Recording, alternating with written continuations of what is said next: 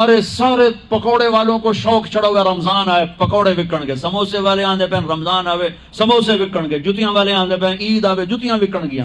وہ کسی کو یہ شوق ہی نہیں کہ بخشش ہوگی، اللہ راضی ہوگا، جنت ملے گی، اللہ کی محبت میں بھوک لگے گی، اللہ کے عشق میں پیاس لگے گی۔ وہ بھوک اور پیاس کی جو تڑپ اور کسک ہے، پھر ہم ہاتھ اٹھا کے اللہ سے مانگیں گے، ہم کہیں گے یا اللہ، تو عرش کے دروازوں تک میری پکار جائے گی، ساتوں آسمان میری پکار سے گونج اٹھیں گے۔ مجھے یقین ہے کہ میرا اللہ کہتا ہے، میرا نبی فرماتے ہیں کہ اللہ رمضان میں سارے آسمان کے فرشتوں سے فرماتا ہے روزے رکھنے والوں کی دعا پر آمین کہو۔ عرش کے فرشتوں سے اللہ فرماتا ہے میری تسبیح چھوڑ دو، رمضان کے روزے رکھنے والوں کی دعا پر آمین کہو، آمین کہو۔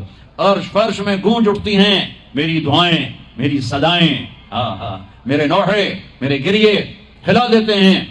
اگر بھوک پیاس میں مزے آ رہے ہوں کہ واہ یا اللہ تو نے کہا تھا نا، دیکھا میں بھوک سے بیٹھا ہوں۔ اس لیے افطار کے وقت دعا کیوں قبول ہے؟ افطار کے وقت کھانا سامنے ہے، پانی سامنے ہے، اور آواز کان لگے ہوئے ہیں سائرن کی آواز پر، تو اللہ کہتا ہے یہ فرشتے، یہ میرے بندے، کھانا بھی سامنے ہے، پانی بھی سامنے، یہ کیوں نہیں کھا رہے، یہ کیوں نہیں پی رہے؟ بولو کہ یا اللہ تیری محبت، میری محبت، چلو تم گواہ رہو، میں نے معافی، چل میرا بندہ مانگ، کھانے سے پہلے مانگ۔ وہ وقت مانگنے کا ہوتا ہے، پکوڑے کھانا نہیں ہوتا، سموسے دکھانا نہیں ہوتا، سموسے پکوڑے کچوریاں سیون اپ جام شیری روح افزا 500 چیزاں تو اندر پا لیندے ہو، سارے روزے دی تباہی پھیر کے رکھ دیتے۔ ایک مہینے کے لیے اوور ہالنگ ہے، اوور ہالنگ، ٹیوننگ ہے، ٹیوننگ، تھوڑا کھاؤ تھوڑا کھاؤ تھوڑا کھاؤ، ٹھنڈے شربت مت پیو، ٹھنڈے شربت مت پیو افطاری کے وقت، بعد میں پینا تو پی لو، افطاری کے وقت اپنے اوپر ظلم مت کرو۔ سارے دن کا انجن گرم ہے، ایک دم اس کے اوپر برف پھینکتے ہو، تھوڑی دیر صبر کر کے سادہ پانی پی لو، نماز پڑھ لو، پی لو، جام شیری پیو، سیون اپ پیو، جو مرضی پیو، ٹھنڈا پیو، گرم پیو، جو مرضی پیو، لیکن روزے کے وقت بچو تلی ہوئی چیزوں سے، کراری چیزوں سے، مسالے دار چیزوں سے، ثقیل چیزوں سے بچو، ہلکا پھلکا رکھو پیٹ کو، ہلکا پھلکا، تاکہ روزے کا مقصد حاصل ہو کہ جسم پاک ہو، غلاظتوں سے، گندگیوں سے پاک ہو، صاف ہو۔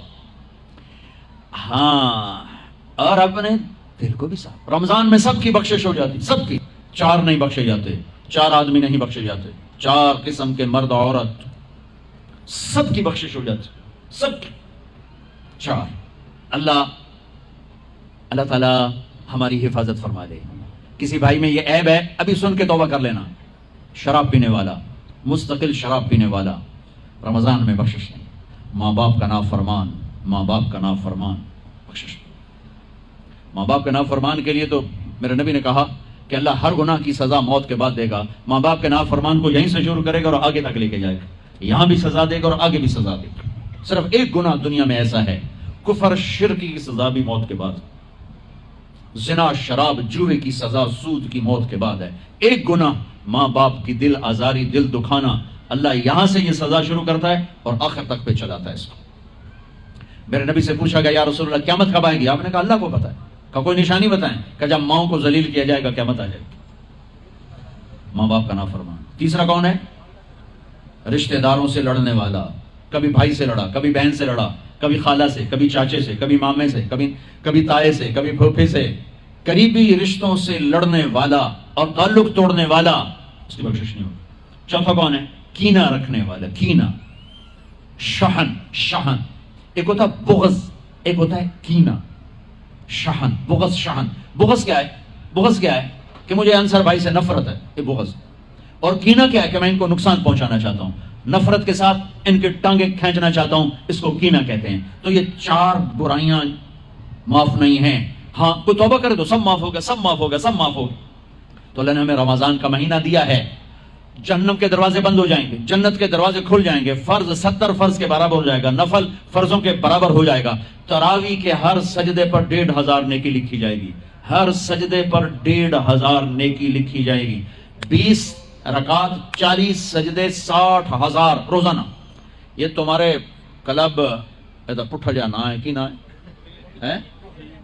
میں نے حالی تھی نہیں سور لگی ہے کہ تسی یہاں دیکھی ہو، چلو جڑا بھی نہ ہے، ٹھیک ہے۔ یہ بہت بڑا کلام مجھے نظر آیا۔ یہ یہاں باہر ایک چھوٹا سا پرچہ لگا دیں کہ جو یہاں آ کے تراویح پڑھے گا ہر سجدے پر اس کو 150 روپیہ دے، 150 چھوٹو 15 روپے دیے جائیں گے، ہر سجدے پہ 15 روپے دیا. ایتھے ویکھا جی لڑائیاں کیویں ہوندیاں. اے سارے پوترے دادیاں نو چاہتے لے آون گے, دو ترے نانیاں نو چاہتے, نانی ٹر اج تراوی تینوں پڑھاون.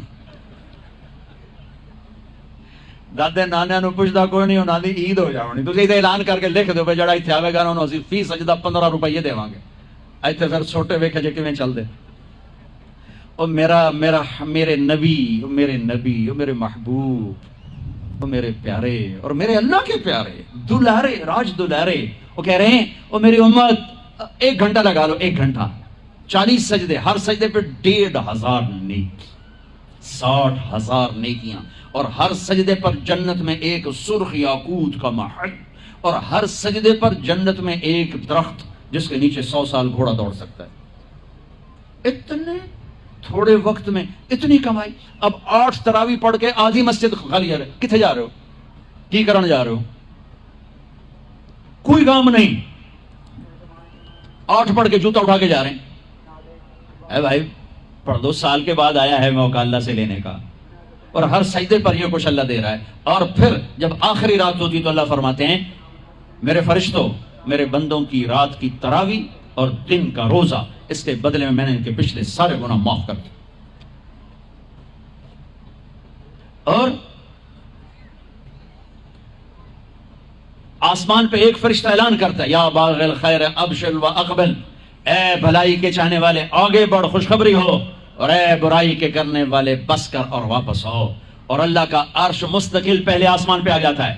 عرفات کے دن صرف عرفہ کے دن پہلے آسمان پر, لیکن رمضان میں پورا رمضان عرش پہلے آسمان پر. اور میرے اللہ کہلا ہے کوئی بخشش چاہنے والا, ہے کوئی توبہ کرنے والا, ہے کوئی رزق لینے والا, ہے کوئی سوال کرنے والا, ہے کوئی دنیا اور آخرت کی حاجت لینے والا, ہے کوئی مانگنے والا. ہر وقت اللہ کی طرف سے اعلان ہوتا ہے اس مہینے کو بناؤ, دنیا کماؤ, حلال کمانا. کو میں تو ویسے مذاقن کہہ رہا ہوں, ہر ایک دنیا کمانا کوئی منع تھوڑا ہی, حلال کمانا کوئی منع تھوڑا ہی ہے, لیکن ایسی کمائی میں نہ لگو کہ روزے پہ زد پڑے, تراوی پہ زد پڑے, تلاوت پہ زد پڑے.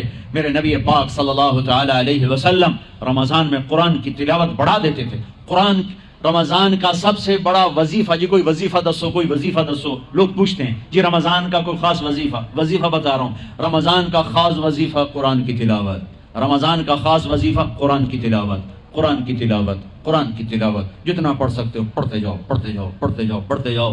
میرا ایک ساتھی ہے مولوی ثناء اللہ, وہ ایک دن میں پورا قرآن ختم کرتا ہے. ایک دن میں پورا قرآن, ایک دن میں پورا قرآن, پورے رمضان میں 30 قرآن ختم کر دیتے. سوائے اس کے بیمار ہو جائے تو, کوئی بیمار ہو جائے تو 10 پارے, ورنہ پورا قرآن. رمضان قرآن, پورا قرآن. تو چلو ہم پورا قرآن نہیں پڑھتے, کچھ تو پڑھو. سارا سال نہیں پڑھا, کچھ تو پڑھو. رمضان کا وظیفہ قرآن کی تلاوت, رمضان کی تسبیح قرآن کی تلاوت, رمضان کی خدمت, روزے افطار کرواؤ, سحری کھلاؤ, افطاری کراؤ, غریبوں کو مدد کرو, زکوٰۃ دو, اپنے مزدوروں سے کام تھوڑا لو, گھر کے نوکروں سے کام تھوڑا لو. اور رمضان کی سب سے بڑی بات, آپس میں بغض سے دل صاف کرو. لڑے ہوئے ہو رمضان آنے سے پہلے, جیسے لوگ حج پر جانے سے پہلے نہیں فون کرتے ہیں, صلح کرتے ہیں, اتنا ہی ضروری ہے رمضان سے پہلے میں دل صاف کر لوں, میں معاف کر دوں, میں معافی مانگ لوں. زیادتی کی ہے تو معافی مانگ لوں, کوئی معافی مانگنے آیا تو معاف کر دوں. میرا دل صاف ہو, کسی سے بغض نہ ہو, کسی سے کینہ نہ ہو, کسی کا حسد نہ ہو, کسی سے رنجش نہ ہو. دل صاف کرو. صاف دل اللہ کا عرش بن جاتا ہے, اللہ کا عرش بن جاتا ہے, اللہ کا عرش بن جاتا ہے.